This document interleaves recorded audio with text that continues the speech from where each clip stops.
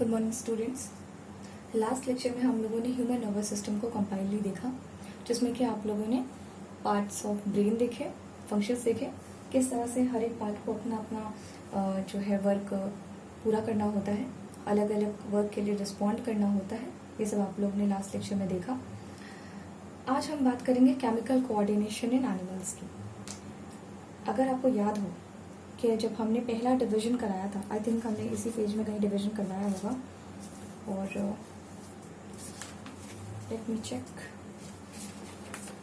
Yes मिल गया। जब हमने आपको लेक्चर कराया था स्टार्टिंग में, और जहाँ हमने डिवीजन कराया था, ये देख पा रहे हैं आप? जब हम इस डिवीजन की बात करें कि हम लोग का जो कंट्रोल एंड कोऑर्डिनेशन चैप्टर जो स्टार्ट हुआ है, ठीक है, उसमें आपको न्यूरल एंड मस्कुलर भी हेल्प करता है। मतलब एक ये पार्ट होता है, ठीक है, और दूसरा होता है इसी के साथ हार्मोन्स का। दूसरा किसका रहता है? हार्मोन्स का। एक्चुअली एग्जैक्टली कहाँ लिख दिया होगा वो इस पेपर में ढूंढना मुश्किल है फिलहाल। सो आप ये जान लीजिए कि जो आपका पूरा सिस्टम है, आपके बॉडी का फंक्शन है, वो आपके दो सिस्टम की वजह से चलता है। आपका कंट्रोल एंड कोऑर्डिनेशन दो सिस्टम की वजह से चलता है, ठीक है। तो पहला आपने देख लिया, पहला आपका ह्यूमन नर्वस सिस्टम था, जिसका आपने डिटेल स्टडी किया है। और आज हम लोग जो टॉपिक देखने वाले हैं वो है केमिकल कोऑर्डिनेशन इन एनिमल्स, ठीक है। आई होप विजिबल है, आप कर लेते हैं। ओके, आज हमारा टॉपिक है केमिकल कोऑर्डिनेशन इन एनिमल्स। ज़रूरत क्या है इसकी? जब आपका अच्छा खासा ह्यूमन नर्वस सिस्टम चल रहा था, तो केमिकल कोऑर्डिनेशन मतलब केमिकल्स की क्या ज़रूरत पड़ेगी? केमिकल के थ्रू कोऑर्डिनेट को, केमिकल कोऑर्डिनेशन मतलब यानी केमिकल्स की हेल्प लेकर कोऑर्डिनेट करना, यानी केमिकल्स के हेल्प से कोऑर्डिनेशन करना। ओके, तो यहाँ ज़रूरत क्या है? जब नर्वस सिस्टम हम लोग अच्छा काम कर रहा है, पूरा कोऑर्डिनेट कर पा रहा है, तो हमें क्या ज़रूरत है? केमिकल कोऑर्डिनेशन की क्या ज़रूरत है? तो बेटा, जो आपका नर्वस सिस्टम वाला काम था, वो ऐसे हो रहा था कि जो मैसेज है वो एक्सेप्ट किया जा रहा है कहाँ से? रिसेप्टर से स्टिमुलस को लिया जाता है, फिर वो नर्व इम्पल्स के फॉर्म में जाता है। नर्व इम्पल्स के फॉर्म में मैसेज ट्रांसमिट हो रहा था, और कहाँ जा रहा था? ये जा रहा था सीएनएस पे जा रहा था, और सीएनएस से वापस से इंटरप्रेट होकर कहाँ जा रहा था? ये आपके इफेक्टर्स पे दिख रहा था, है ना, इफेक्टर्स पे दिख रहा था, और इस तरह से आप उस पर एक्शन कर पा रहे थे। तो ये था आपका ह्यूमन नर्वस सिस्टम का पार्ट, जो आपने अभी तक पढ़ा। और इसकी वजह से आपने देखा कि ये जो रिस्पॉन्स है ये काफ़ी क्विक रहा है ना। अगर अपने रिफ्लेक्स एक्शन की बात करें, आपकी बॉडी का कोई भी एक्शन, है ना, वो कैसा हो जाता है? काफ़ी क्विक हो जाता है, अगर वो नर्वस सिस्टम की हेल्प से ट्रांसमिट हो रहा है तो, ठीक है। लेकिन प्रॉब्लम क्या आती है कि इस ह्यूमन नर्वस सिस्टम का भी लिमिटेशंस है ना। कहीं कहीं आकर के वो अपना काम नहीं कर पाएगा, है ना, लिमिटेशंस है। लिमिटेशंस बेटा कुछ इस तरीके से है कि जो नर्व इम्पल्स है, ये सिर्फ एनिमल के उन्हीं सेल्स पर एक्शन दिखा सकती है, या उन्हीं सेल्स पर नर्व इम्पल्स होके जा सकता है जहाँ से, सिंपल सी बात है कि आपका नर्वस टिश्यू से जो सेल कनेक्टेड होंगे, सिंपल, अगर इस सेल पर आपका नर्वस टिश्यू कनेक्टेड है तो इसका मैसेज ये ले भी जाएगा और वहाँ पे वापस लेके भी आएगा। लेकिन बॉडी में इतनी सारी सेल्स हैं, और हर सेल से आपका एक एक जो है न्यूरॉन का कनेक्ट होना, ये मुश्किल काम है, ठीक है ना। तो एक एक सेल से नहीं वो कनेक्ट होता है, ठीक है ना।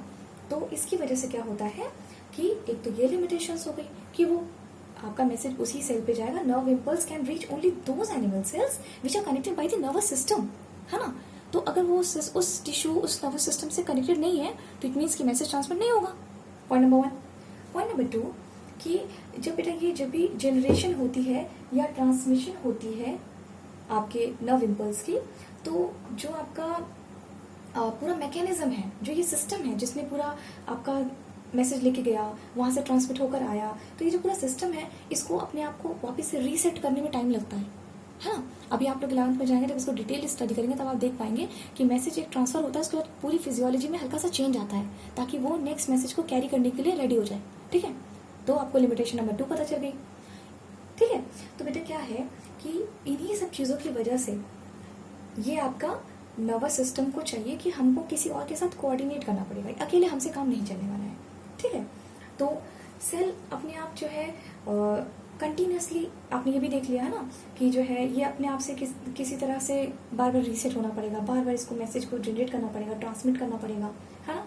तो ये बहुत बड़ा रीज़न है कि ये दोनों लिमिटेशन बहुत ज़्यादा इंपॉर्टेंट हो जाते हैं कि ये आप समझ पाएँ कि जो आपका नर्वस सिस्टम है उसको किसी ना किसी की कोऑर्डिनेशन की ज़रूरत है, ठीक है। बिना ऐसे काम नहीं चलेगा। तो ये जो कोऑर्डिनेशन करने के लिए जो एक नया सिस्टम हमारी बॉडी में प्रेजेंट है उसी को कहते हैं केमिकल कम्युनिकेशन या केमिकल कोऑर्डिनेशन, ठीक है। अब ये जो केमिकल कोऑर्डिनेशन है यानी कि जो केमिकल्स हैं जिसके थ्रू सारा पूरा कोऑर्डिनेशन होगा उनको कहते हैं हॉर्मोन्स। बात समझ में आई? क्या कहते हैं हम? हॉर्मोन्स कहते हैं।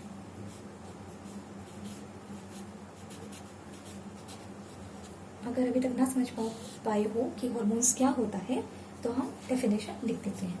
सो हॉर्मोन्स आर केमिकल, देखो हमने बोला ना केमिकल कोऑर्डिनेशन, तो हॉर्मोन्स के थ्रू कोऑर्डिनेशन होने वाली है। Chemical messengers, so these are chemical messengers, message को ले जाने वाले को क्या कहते हैं? मैसेंजर कहते हैं, है ना। सिक्रीटेड बाई, बहुत ध्यान से देखो, ये हॉर्मोन्स एक केमिकल है जो सिक्रीट करते हैं। कहाँ से सिक्रीट होते हैं? बाई डक्टलेस, अभी देखो सुनते जाओ सब कुछ, अभी डिटेल बताएंगे। Ductless endocrine glands. अब आपके पास 3 वर्ड्स आ गए, डक्टलेस नहीं पता, एंडोक्राइन भी नहीं पता और ग्लैंड्स भी नहीं पता, अभी सब क्लियर करेंगे। एंडोक्राइन ग्लैंड्स, ठीक है। that regulates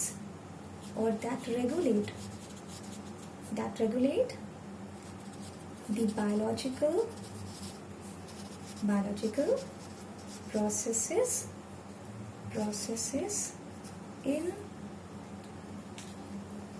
the living organism, ठीक है, लिविंग ऑर्गेनिज्म, ठीक। ओके, तो हार्मोन्स क्या होते हैं?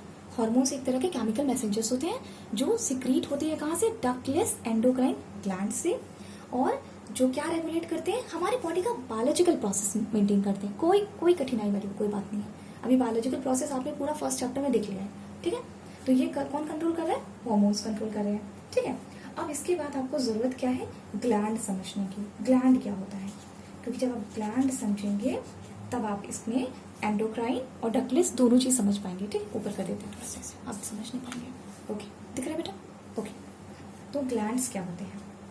ग्लैंड्स देखो, ये एग्रीगेशन होता है, एग्रीगेट स्ट्रक्चर होता है किसी चीज का, सेल्स का या कह लो टिश्यू का, है ना। आपकी बॉडी में सेल्स और टिश्यू ही है, ठीक है, जो क्या बना, या फिर कह लो ऑर्गन भी कह सकते हो, ऑर्गन का जो क्या करेंगे? विच सीक्रेट्स। आप समझ पा रहे हो? ग्लैंड्स क्या थे? ये एक एग्रीगेशन है किस चीज का, या तो कंपाइलेशन होगा सेल्स का, या तो टिश्यू का, या तो इटसेल्फ ऑर्गन का, ठीक है ना। विच सीक्रेट, अगेन सेम डेफिनेशन, विच सीक्रेट सर्टेन, ध्यान से देखो, certain useful, of course it could be a useful things, useful chemicals और केमिकल कंपाउंड रिक्वायर्ड फॉर, देखो सेम डेफिनेशन है, सिर्फ उसे कैसे प्रेजेंट कर रहे हैं? ग्लैंड के पॉइंट ऑफ व्यू से प्रेजेंट किया जा रहा है, ठीक है ना। रिक्वायर्ड फॉर पर्टिकुलर फंक्शंस, यानी कि आपको कहा ना बायोलॉजिकल प्रोसेस, यानी कि अगर आपके बॉडी में किसी भी तरीके का कोई फंक्शन परफॉर्म करना है तो फंक्शन कैसा हो सकता है? आपकी बॉडी का बायोलॉजिकल फंक्शन हो सकता है। तो उस फंक्शन के पूरे होने के लिए, है ना, उस फंक्शन के पूरे होने के लिए कुछ ग्लैंड्स होते हैं जो क्या करते हैं? कुछ सिक्रीशन करते हैं जिन्हें हम हार्मोन्स कहते हैं, ठीक है। अब यहाँ से आपको ग्लैंड्स की डेफिनेशन समझ में आ गई, ग्लैंड्स क्या होता है समझ में आ गया आपको। इसके बाद बेटा एक पूरा फ्लो चार्ट देखना जरूरी है। फ्लो चार्ट का डेफिनेशन पहले बता देते हैं आपको। अब देखो, अब आप इसी हार्मोन्स की डेफिनेशन में से एंडोक्राइन को समझने वाले हो, ठीक है ना। अब देखो बेटा क्या होता है, ये जो ग्लैंड्स थे, यही जो ग्लैंड्स थे, ये ग्लैंड्स आपके 3 तरीके के हो सकते हैं। कितने तरीके के? 3 तरीके के। पहला हो सकता है एक्सोक्राइन, एक्सोक्राइन। दूसरा हो सकता है एंडोक्राइन। देखो हम लोग इसी की बात की थी, एंडोक्राइन की, है ना, यानी हॉर्मोन्स कहाँ से आएंगे, एंडोक्राइन वाले पार्ट से आएंगे। ध्यान से देखो बेटा, एंडोक्राइन। और लास्ट वन इज हेक्सोक्राइन। इसे मिक्स्ड ग्लैंड भी बोलते हैं। क्या कहते हैं, मिक्स्ड ग्लैंड भी बोलते हैं, मिक्स्ड। अब मिक्स्ड ऐसे समझ में आ रहा है या खिचड़ी है कुछ, है ना, एग्जैक्टली खिचड़ी है। ओके, सो अब हमारे लिए ज़रूरी हो जाता है कि ये जो हमने पार्टीशन किया है हम पहले इसको समझ जाएं, क्योंकि बेटा इस डेफिनेशन को समझने के लिए हमको ये सारे वर्ड्स को समझना ज़रूरी है ना। ग्लैंड्स क्या थे समझ गए, एंडोक्राइन क्या है भाई, ये तो अभी भी प्रॉब्लमेटिक इशू है हमारे लिए। तो जब तक हम ग्लैंड्स, अब हमें समझ में आ रहा है कि एंडोक्राइन क्या है, एंडोक्राइन ग्लैंड का एक टाइप है ना, लेकिन एक्चुअली में इसमें क्या होता है वो हमें डेफिनेशन के थ्रू समझना होगा। ठीक है, तो हम एक टैबुलर फॉर्म बना लेते हैं। मिक्स्ड समझने की बिल्कुल जरूरत नहीं। अगर आपको एंडोक्राइन और एक्सोक्राइन आ गया तो आपको मिक्स्ड समझने की बिल्कुल भी जरूरत नहीं है। आपको दिख नहीं रहा, हाफ लेते हैं ऐसा बेटा, यहाँ से नोट कर लोगे ना, एक्सोक्राइन, एंडोक्राइन और हेक्सोक्राइन, है ना, समझ गए हो। बाकी नोट्स में हम देंगे आपको, यहाँ से पूरा दिखाई देगा। ओके, सो हमें क्या करना है, हमें इधर लिखना है एक्सोक्राइन, हम इधर एक्सोक्राइन ग्लैंड देखेंगे और इधर हम एंडोक्राइन ग्लैंड देखेंगे। ओके, चलो पहला, जो आपके एक्सोक्राइन ग्लैंड्स होते हैं, these glands have ducts। अब एक और प्रॉब्लम आपने बता दिया मैम, डक्ट्स क्या होते हैं। देखो बेटा, डक्ट्स क्या होते हैं, रास्ता, है ना, कह दो पाइप। डक्ट्स मतलब ये देखो पाइप, डक्ट है ये, ठीक है, क्या है ये, डक्ट है। अगर किसी के पास ऐसी पाइप है तो उसे हम क्या कहेंगे, क्या कहेंगे, डक्ट कहेंगे। लेकिन अगर हम कहते हैं डक्ट लेस, यानी कि इसके पास जो भी कुछ होगा वो इस पाइप से नहीं जाएगा, यानी देखो डक्ट का मतलब हैविंग डक्ट्स, यानी कि अगर एक्सोक्राइन ग्लैंड को कुछ देना होता है तो वो इसी पाइप के थ्रू अपने सिक्रेशन को पहुंचाता है। ठीक है, समझ गए। अब इधर देख लेते हैं, these glands, endocrine glands lack ducts, या दीज आर डक्टलेस ग्लैंड्स। क्या कह सकते हैं, दीज ग्लैंड्स हैं, यानी endocrine glands are ductless glands. Clear है, समझ में आ गया, लैक ग्लैंड और डक्टलेस ग्लैंड एक ही बात है। ठीक है, कहने का मतलब क्या है, यानी एंडोक्राइन के पास ऐसी कोई डक्ट नहीं होगी, पाइप नहीं होगी। क्लियर है, यानी वो अपना सिक्रेशन जरूर करेंगे लेकिन वो किसी पाइप के थ्रू, जैसे आपके घर में वाटर का कनेक्शन होता है, वाटर आ रहा होता है तो कनेक्शन के थ्रू आ रहा होता है, लेकिन यहाँ पर क्या है, एक्सोक्राइन होगा तो उसके पास कनेक्शन मटेरियल होगा, डक्ट होंगे, पाइप होंगे, लेकिन इसके पास नहीं होगा। क्लियर, अभी धीरे धीरे आपको बात समझ में आएगी। तो पॉइंट नंबर 1 हो गया। ठीक है, अब कहता है पॉइंट नंबर 2 में ये बात आती है that these gland can directly pour out their secretion into these ducts। यानी कि एक्सोक्राइन ग्लैंड्स जो भी सिक्रीट करेंगे, क्योंकि डक्ट ये आपके जो ग्लैंड्स होते हैं क्या करते हैं, सिक्रेशन करते हैं। आपने डेफिनेशन में देखा ग्लैंड का क्या काम है, ग्लैंड का काम है कुछ सर्टेन यूजफुल केमिकल्स को रिलीज करना, सिक्रीट करना, है ना, यही करना, ताकि कोई पर्टिकुलर फंक्शन परफॉर्म हो सके। तो यानी कि यहाँ पर जब एक्सोक्राइन ग्लैंड्स सिक्रेशन देंगे तो वो अपना सिक्रेशन किस में डाल देंगे, डक्ट में डाल देंगे, ताकि डक्ट से सीधा जहाँ जाना है वहाँ पहुँच जाए। क्लियर बात, समझ में आ गई। सो these glands pour out या pour their secretions to directly, देखो वर्ड पे ध्यान दो, directly into these ducts।